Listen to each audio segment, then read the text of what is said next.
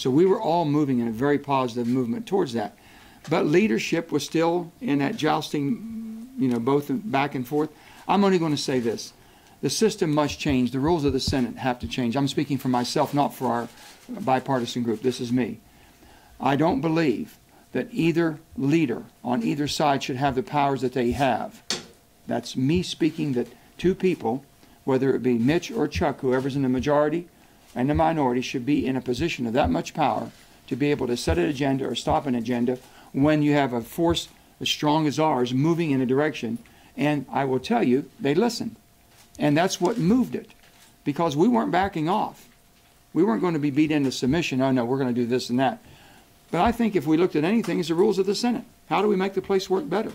How come committees don't work? How come committee chairs don't have input? How come the appropriation bills aren't working? How do we get to this point? So with that being said, we were always optimistic, Susan. Let me just add a little bit to what Joe has said. First of all, every single difficult negotiation that I have ever been in the 21 years that I've been privileged to serve in the Senate, has had these peaks and valleys, and this was no different.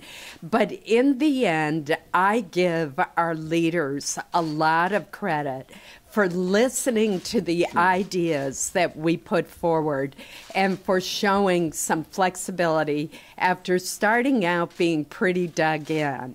And obviously, ultimately, it was the decisions made by Mitch McConnell and Chuck Schumer that brought us to this point. But I believe that our group, by giving them specific ideas for how to move forward, and because of the size and bipartisan nature of our group, played a very instrumental role in breaking the impasse. You get an awful lot of people from the outside pushing, and you start pushing the envelope from the far right and far left.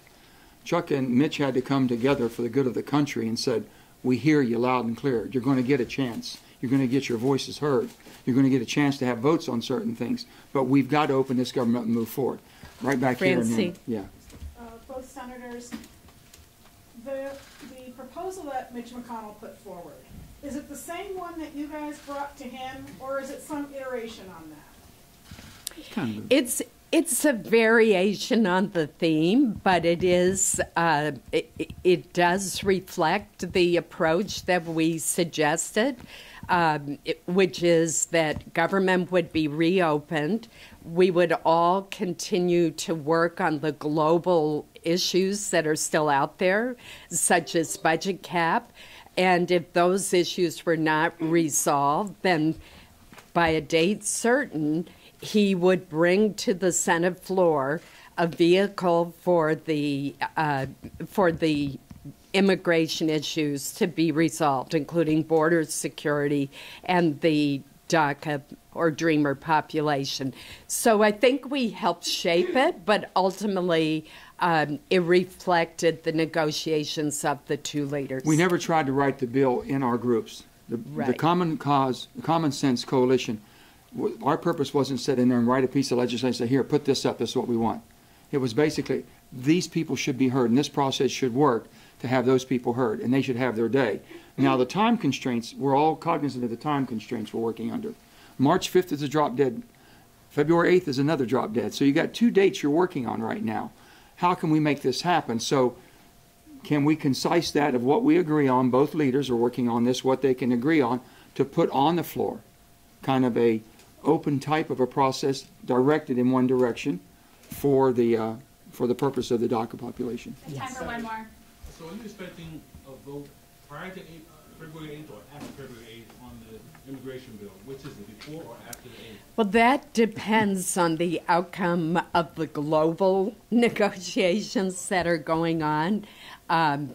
I believe, as laid out by Leader McConnell, if there is not a global agreement on issues ranging from defense spending domestic spending budget caps, the healthcare issues that are still out there, the immigration issues, then the immigration bill. If there's not an agreement, the immigration bill would be brought to the bill as a separate piece of legislation, or there'd be a vehicle for that, and that would occur February 8th. Well, the whole thing is a 60-vote threshold. 60-vote threshold on caps. So Democrats have the ability or opportunity to make sure there's a process they're heard. That's what they're going to use in a reasonable way. Some people might be unreasonable in certain aspects of each caucus, but in a reasonable way, there's a process for it. That's what they demanded, and that's what they got. Mitch, I think, was very gracious in saying what he said today made all the difference in the world. His speech this morning opened up the avenue that we needed and the vehicle we needed to carry forth. That's going to happen. And the pressure is going to be on, basically, when we get our job done, then Paul Ryan has to do his job. We can't do the House's job. We can't dictate to what the President and the executive branch is going to do. We can only do the Senate's work. People have to understand that once we got ourselves in a mindset, we're senators. What's the responsibility of the United States Senate? That's what we're going to do. And that's what we're focused on. Thanks, everybody. Thank you. Do you plan to bring in the House when you do farther, as you move forward in negotiations? If they want us to come, we're happy to help them. They have to do their job. What's the guarantee that this won't happen again in 3 weeks? There's no guarantees around here. Yeah.